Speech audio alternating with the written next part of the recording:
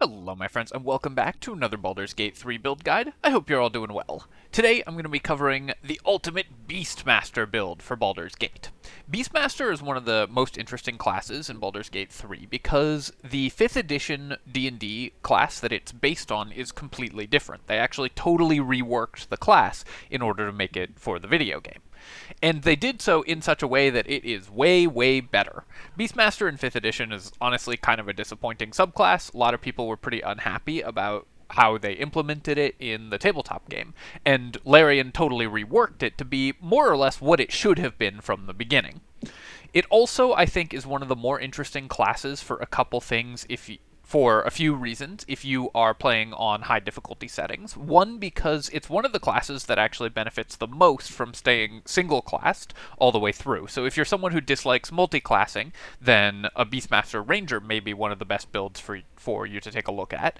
And it has some of the things that make Honor Mode that you really want to have access to on Honor Mode. It has some of the best mechanics to play Honor Mode playthroughs, those being stealth archery, and of course this will be an archer build, as well as summons, which can benefit a lot from your party members' buffs, and make it much easier for you to escape combat if things start to turn against you. So this build is, I think, one of the safer and cleaner builds for playing Honor Mode with, whether for your main character or just to have in your party, because you'll do tons of damage, have lots of free CC effects, which is another important mechanic on Honor Mode. You get resource-free crowd control, and you can also very easily leave combat if things start to turn against you, and not just lose your whole run if you have one fight go bad. So let's look at the Beastmaster Ranger. I'm using Minsc as the example character here because it's the subclass that the game suggests for him by default, but if you're playing this for a main character, the best racial options are what they usually are, although special mention for Dwergar for this one because turning invisible out of combat is insane for an archer especially. Also, Drow has quite a lot of synergy with this build because we will be using darkness alongside certain items, so you could build for that. Also, of course, all of the standard excellent races are still good here. Wood Elf is particularly powerful for archers because being able to move faster means you can kite enemies more easily, i.e. fire an attack and run away and not allow them to get in range of you. Halfling to reroll ones, gnomes for better saving throws and stealth advantage, and Githyanki for the Misty Step once per day because this build otherwise won't get access to Misty Step, an extremely important spell for almost every character to have access to. For our stats, we are going to be wanting to change significantly the starting stats. The Ranger starting stats and Minsc's starting stats here are honestly just a mess. They're, I think, one of the worst starting stat spreads in the game, so you definitely want to adjust your starting stats whenever you're playing a Ranger to have just a better stat spread. We're going to drop Charisma down, we don't need that at all, and we are going to remove the +1 bonus from here, drop our Strength down, and bring our Constitution and Dexterity up to 16. These are, of course, the most important stats for this build. We then take 14 Wisdom, giving us reasonable save DC on our spells in the very early game.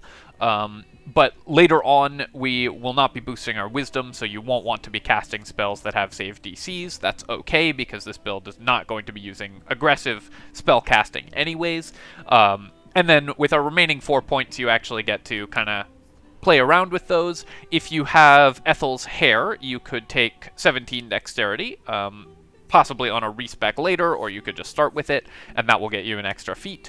Or you could put these 4 points into Strength to give you better jump distance and carry weight. That's what I recommend. If you're playing this as a main character, you could of course also put these into Charisma if you wanted slightly better dialogue skills.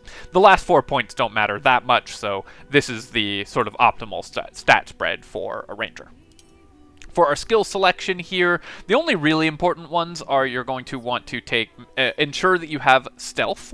I also highly recommend, even with relatively low strength, getting Athletics. It's just one of the ones that matters the most.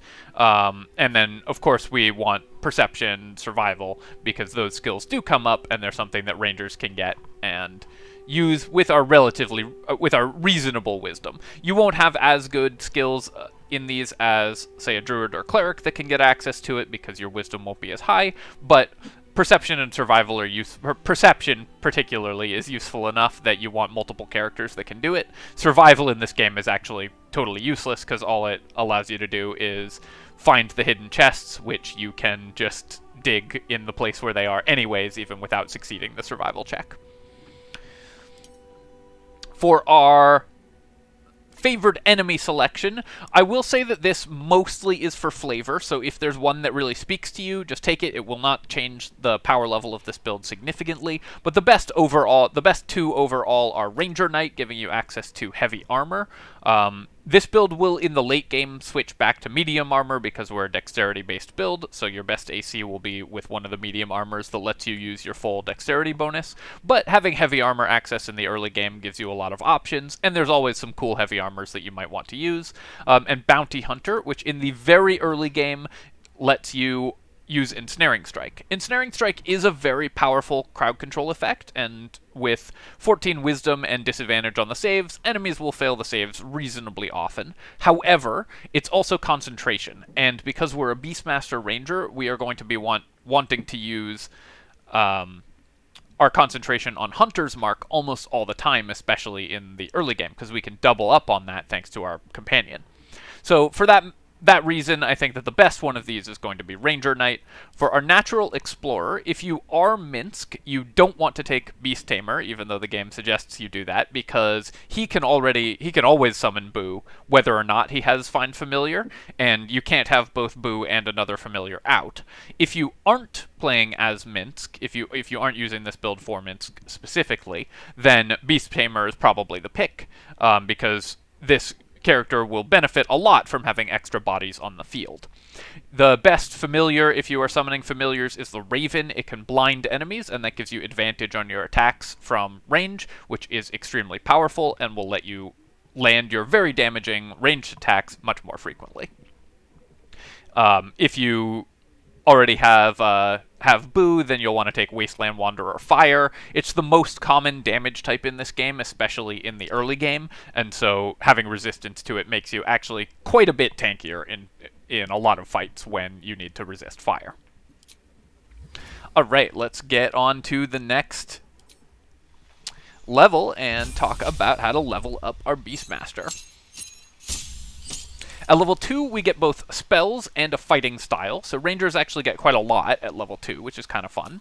For our fighting style, of course, we're a ranged build, so we're going to go for archery. One of the reasons that we go for a ranged build is how good the archery fighting style is. There's basically no other way in the game to get a flat +2 bonus to just your normal to hit rolls, and that's ridiculously powerful, that you're going to hit 10% more often, so that increases your overall damage output massively when you have archery fighting style, and it also lets you mitigate the downsides of the sharpshooter feat, which of course most archery builds are going to want to use, and this is no exception. For our spells, you will always want Hunter's Mark. This is one of the things that allows Rangers to do good damage, and Rangers also don't have good bonus actions to use otherwise. One thing I talk about a lot, and I say this almost every build guide, is that every character wants to be using all 5 of its resources every turn of combat. Those are your action, your reaction, your bonus action, your concentration, and your movement. Anytime that you leave one of those on the table, you just haven't spent a resource that you have access to, so you're just leaving value on the table. Making sure you have something good to do with all of these actions is a really important principle in character building. And so Hunter's Mark also gives you a bonus action, which a very strong bonus action that you can use in a build that otherwise doesn't have one. The second spell that you're almost always going to want to take here is Longstrider, unless you have it from another character. Longstrider is insanely good for archers, and also for a Beastmaster Ranger, you get to double up on value. Something that's really cool about a Beastmaster is you get a whole other character, or 2 other characters, if you have a familiar, and so anything that can apply a buff to your whole party increases in value just for having a Beastmaster in the party. Longstrider is a ritual, meaning that it doesn't take a spell slot to use, so you can cast Longstrider on your beast and gain even more value than a normal character would from Longstrider. This goes double for spells like Aid or Paladin's Auras. One of the best companions for a Beastmaster is an Oath of the Ancients Paladin, who gets the Paladin Auras and also the AoE healing, all of which gets doubled up in value because your Beastmaster is essentially 2 characters in one. At Ranger level 3, we of course get to take the subclass, and we all know what we're here for. We're taking Beastmaster, and the gaining access to the Ranger's Companion. There are 5 available companions, and you can swap between them at will on a short rest cooldown. So you can change what companion you have out based on the situation. I'll talk a little bit about the strengths and weaknesses of each companion, kind of show them off at the end of the video. I will say that by default, the one that you are going to want to use most of the time is the Raven. It's extremely mobile and can blind enemies, and that combined with the familiar Raven gives you a lot of options to blind enemies, having advantage on all your attacks as a result, and enemies having disadvantage on all their attacks, and preventing them from making ranged attacks against you is ridiculously powerful. It costs no resources to do this, and so it's just an extremely potent effect that your party gets access to for free when you have the Raven animal companion out. All of them have their place, but I think by default you're never going to be sad if you're using the Raven. For our spell selection here, a couple other options. You can take Fog Cloud, you can hide in this and become completely immune to enemy attacks. They won't know you're there because you have hidden inside the Fog Cloud. Will prevent ranged attackers from getting to you, and if melee attackers run in, then they will be blinded, so they'll have disadvantage. Granted, you will also be blinded until you get the Eversight Ring, which is very powerful for this build, so it's an item you should potentially be looking out for. But once you do have that, then you can blind them with no disadvantage. Ensnaring Strike is still good, especially if you took Bounty Hunter, but generally speaking, you're just going to want to take whatever is useful. I honestly like Speak with Animals for the flavor here, but you will, at this point, be able to pick any of these spells. You're going to be using your spell slots, your level 1 spell slots, pretty much exclusively on Hunter's Mark, so what you pick here doesn't actually matter that much.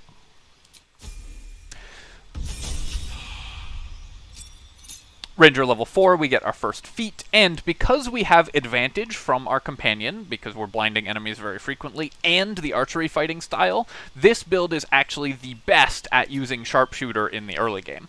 Sharpshooter gives you a -5 penalty to your attack roll, but for +10 damage, which is a massive damage bonus, especially early. And the earlier you can reliably land these Sharpshooter attacks, the better that flat +10 damage is. In the late game, your damage is going to be significantly higher because you're firing a better weapon, you've got more flat damage on your gloves, on your dexterity, whatever. The +10 damage is more valuable the earlier it is in the game. Enemies have lower health as well. So this build uses Sharpshooter, a very powerful feat, better than any other build because it's so reliable at landing these Sharpshooter attacks. Ranger level 5, you get extra attack, which of course is an insane class feature, and your companion gets to add your proficiency bonus to its armor class and damage. One thing that's really cool about this is that the proficiency bonus gets added after all other modifiers, so there's one particular use case that I'll talk about later, but anything that halves damage, if enemies have damage resistance, for example, the proficiency bonus gets added after the resistance is applied, weirdly enough. So this is effectively pure damage that pierces all enemy effects. Just, I guess, a weird quirk of how they coded it. Extra attack, you don't need to know why, you don't need me to tell you why that's good. 2 attacks is twice as good as 1 attack. For our level 2 spell selection, you are going to want 2 spells, and I recommend that the 2 spells that you're going to want most of all are Pass Without Trace, which is extremely useful if you want to attack from stealth. This also combos very well with an ally casting greater invisibility on you at later levels. You can consistently make the stealth checks and get lots of attacks before enemies notice you. And the other one, which we're going to replace whatever our third spell was here, unless you haven't found another source of Speak with Animals or whatever, is going to be Spike Growth. Both of these are concentration, so it's worth noting that you won't cast these that often, and you could go with something else, something situational like Lesser Restoration, or something like Silence, which is also really good. One thing Silence doesn't tell you, too, is that it's a ritual, so if you cast it before combat starts, it doesn't cost you a spell slot. But Spike Growth gives you a difficult terrain field, which is super powerful for two reasons. One, if you're using a raven, ravens can fly over it. They're just immune to the spike growth. And two, you're an archer, so anything that can prevent enemies from moving towards you is really powerful. Enemy movement is halved when they're on the spike growth and they take damage, so especially in like long, narrow corridors, you can force enemies to move. Even if you force them to jump, it uses up their bonus action, and a lot of enemies have very powerful bonus actions that wasting their action to jump over the spike growth on, wasting it to jump over the spike growth on, is a pretty valuable effect for you. And of course, some enemies can't jump, and those enemies will just get stuck.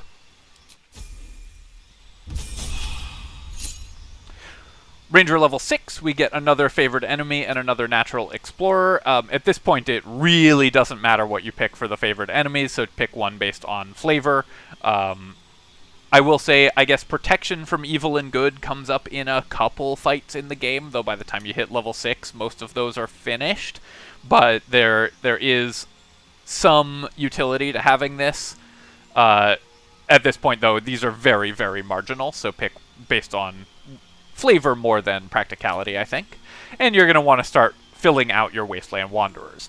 You could also, at this point, respec out of Beast Tamer, because you'll probably have Scratch, who's a better familiar than your Beast Tamer familiars for most things, so you can respec out of this and take 2 Wasteland Wanderers if you so desire. The second best is usually Cold after Fire.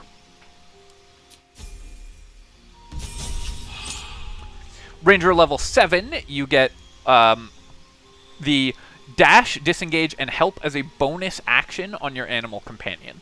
This is, if you have seen rogues play, Dash and Disengage as bonus actions are incredibly powerful, and also your animal companions mostly don't have other bonus actions that they want to use.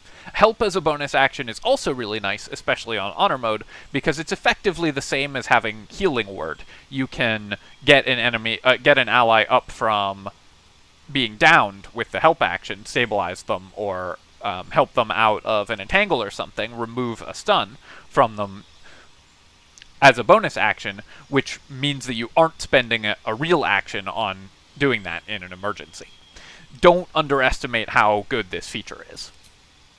For our spell selection, we're just going to take whichever one we didn't have before. Silence is always nice to have, but at this point, the spells are still mostly going to be being spent on Hunter's Mark, even though you don't gain benefit from upcasting Hunter's Mark. The benefit that you gain from applying it multiple times per turn, and because we have extra attack, we're applying it twice with our own attacks and then a third time with our animal companion attacks, is really strong.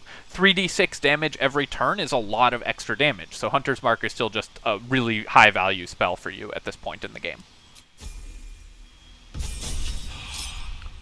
Ranger level 8, we get Landstride Difficult Terrain, which lets us walk through our own spike growth unfazed, which is particularly nice.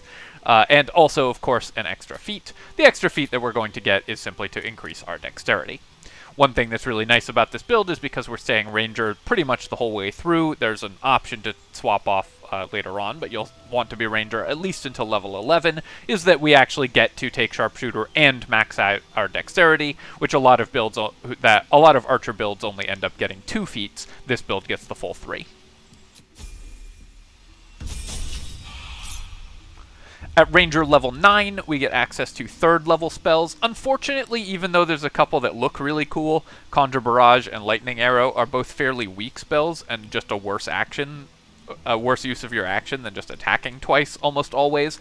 The one that I recommend over all of the other 3rd level spells is Plant Growth. It's like a super spike growth because it quarters their movement speed, and this can bog down some enemies, completely preventing them from ever doing anything. And remember that your Raven flies over it and you move through it, so you can ignore this effect.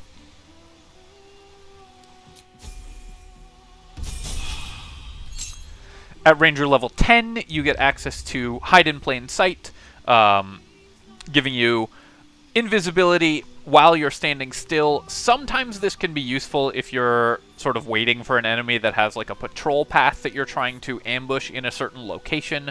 Most of the time, though, this is not going to come up that often because you can't move while invisible, so it doesn't do that much. But you can hide in plain sight and have greater invisibility cast on you, and it works. The first stealth check bonus, I believe, does apply to your first attack, so you can kind of double dip on that. You can use that rather than pass without trace.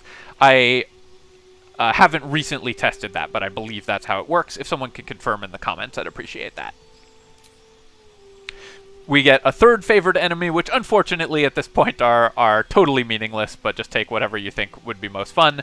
You know, maybe at this point your character has spent too much time talking to Gale and has gained proficiency in Arcana because he just really wants to tell you about all his favorite spells. And then we will fill out our Wasteland Wanderer picks. We'll take Cold. If you have Respect out of Beast Tamer or we're playing Minsc from the beginning, then you can take Poison. Having resistance to 3 damage types is actually incredibly powerful, and because Rangers get decent hit point progression and you're going to have very high AC on this character, you're going to end up quite tanky at the end of this build, even as an Archer.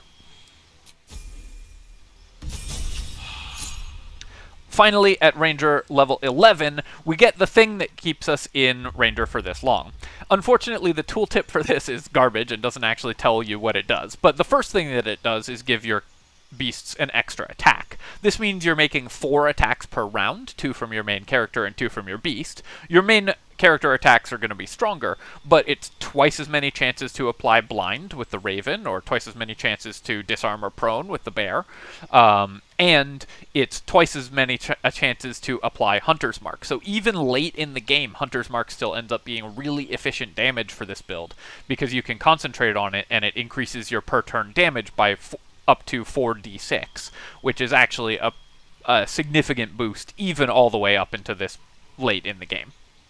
You also get a deepened animal bond, unlocking their inner strength, which tells you absolutely nothing about what it does, but basically this unlocks new abilities for every animal companion. You've also been getting new abilities for the animal companions as you level up, and I'll talk a little bit about them when I go over the individual strengths and weaknesses of the companions in a moment, but these are sort of their capstone abilities that give you a lot of extra power for the animal companions. And in particular, the Raven, which is the one that we want to use by default a lot of the time, gets access to a free cast of Darkness, and Darkness is one of the most powerful effects in the game because it is no save crowd control. It blinds anything that's in it, and you can hide in it and be completely immune to ranged attacks.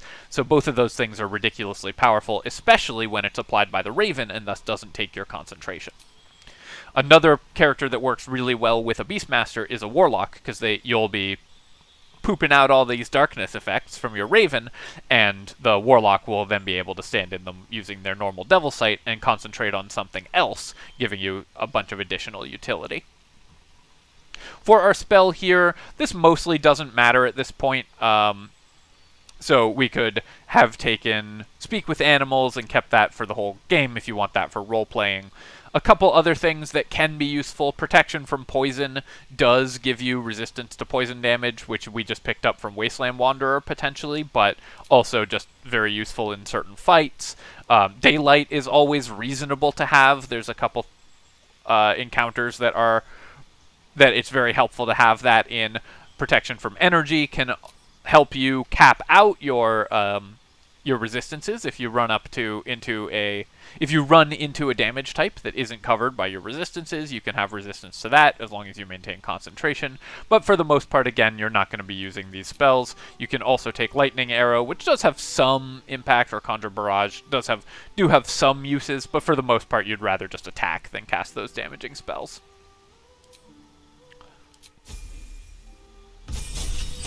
And finally, at Ranger level 12, we get to simply max out our dexterity.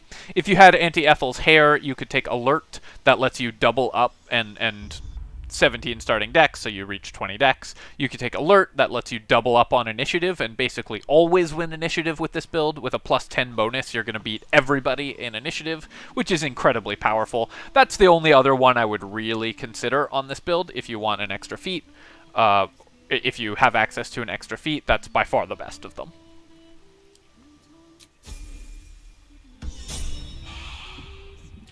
As with most archers, the way that you are going to play this, the the way that you are going to play this character is by starting fights in stealth. So you want to always start your fights in stealth before you begin them, giving you advantage on your first attack, and you are able to then apply sharpshooter damage very reliably to certain enemies. Even Karlach with her extremely high AC, we have a 75% chance to hit, similarly Lae'zel. Gale with slightly lower AC because of his character build here, we are extremely likely to hit, and then any enemies with lower AC you are extremely, almost guaranteed to hit, even with the sharpshooter penalty, because we have advantage on all of our attacks. For gear for this build, you're just going to want the best bow you can find. You will also always want a shield, because you can have a shield and benefit from the AC of a shield while using a two-handed ranged weapon. And so that's an extremely powerful effect that you will always want to make use of. You still gain the benefits of the shield to your AC. This build ends up with some of the highest AC in the game, because in the late game you can swap to one of these medium armors that allows you to apply your full dexterity and have a shield, getting up to 24 AC with the armor of agility, which is better than a character in full heavy plate, full plate and a shield. So you're going to have better AC than the tanks. You'll have resistance to a bunch of different damage types and quite high hit points, because you're a high hit point character, 112 hit points with 16 constitution, giving you actually quite a lot of damage resiliency on this build. The best damage setup for a bow is to use an Elixir of Strength combined with the Titan String bow, or to have in your main hand a Club of Hill Giant Strength. Though many bows, any decent bow is going to serve you very well. Usually you're going to want a two-handed weapon rather than a dual hand crossbow setup, but this build can also use a dual hand crossbow setup, because you don't have a lot of uses for your bonus action after you've cast Hunter's Mark, and that will allow you to apply Hunter's Mark more often and apply Sharpshooter more often as well. So consider that as an additional consideration if you have two hand crossbows that you want to use. Other than that, just the normal stuff. Any bonuses to hit are incredibly strong, and any bonuses to your damage output add a lot. Also, buffs that you can cast on yourself and allies are very good, so if you get items that allow you to do that, of course, then you can double up on buffs with your allies. Alright, let's talk about the the Ranger Companions. So I'm just going to quick save here, because we'll have to resummon them a couple times. But the Ranger Companions, when you summon them, there are 5 options: Bear, Boar, Wolf Spider, Dire Raven, and Wolf. Of these, the ones that are most interesting most of the time are Raven and Bear. The Bear's Goading Roar is one of the few true tanking abilities in the game. It allows you to force enemies to attack the bear, and so it is resource-free crowd control, preventing enemies from doing anything other than just attacking the bear. Ridiculously powerful if they fail the saving throw. The Raven, if you summon it, has the fly action, but notice that this fly is different from other flies in a couple important ways. One, it's 60 foot distance, meaning the Raven is incredibly mobile, and 2, it leaves 2 turns of darkness at its landing location.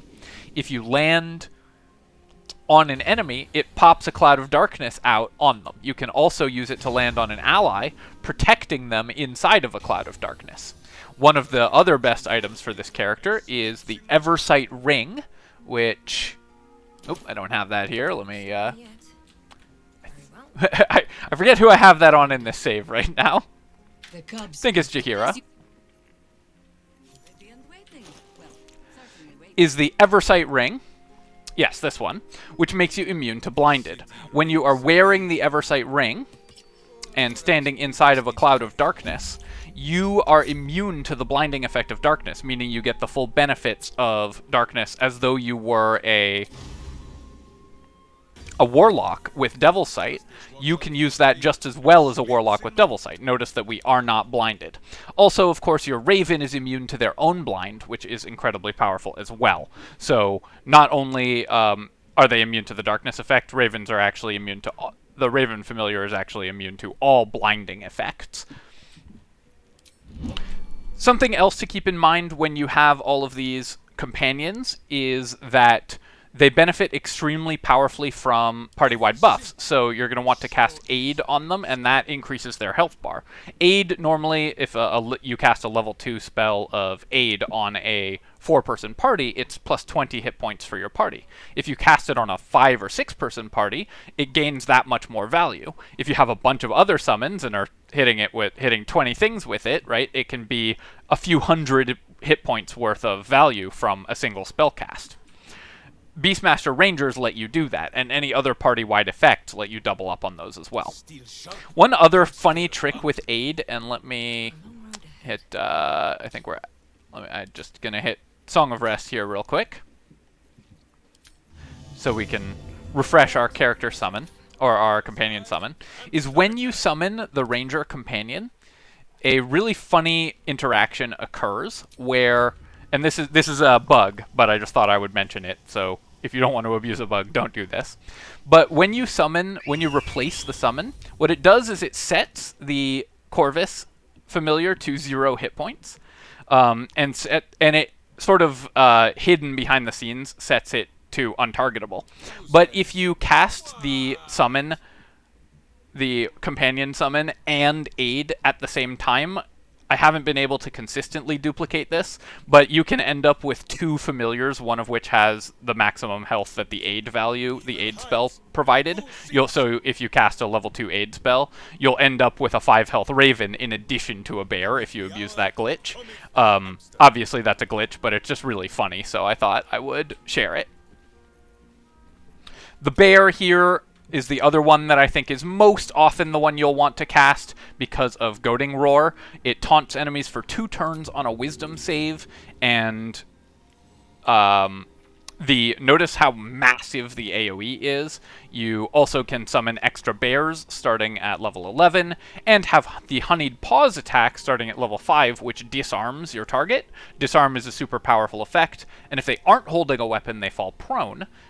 Later on, you can do both in one turn when you get access to 2 attacks in a single round, knocking the enemy, disarming them, and knocking them prone.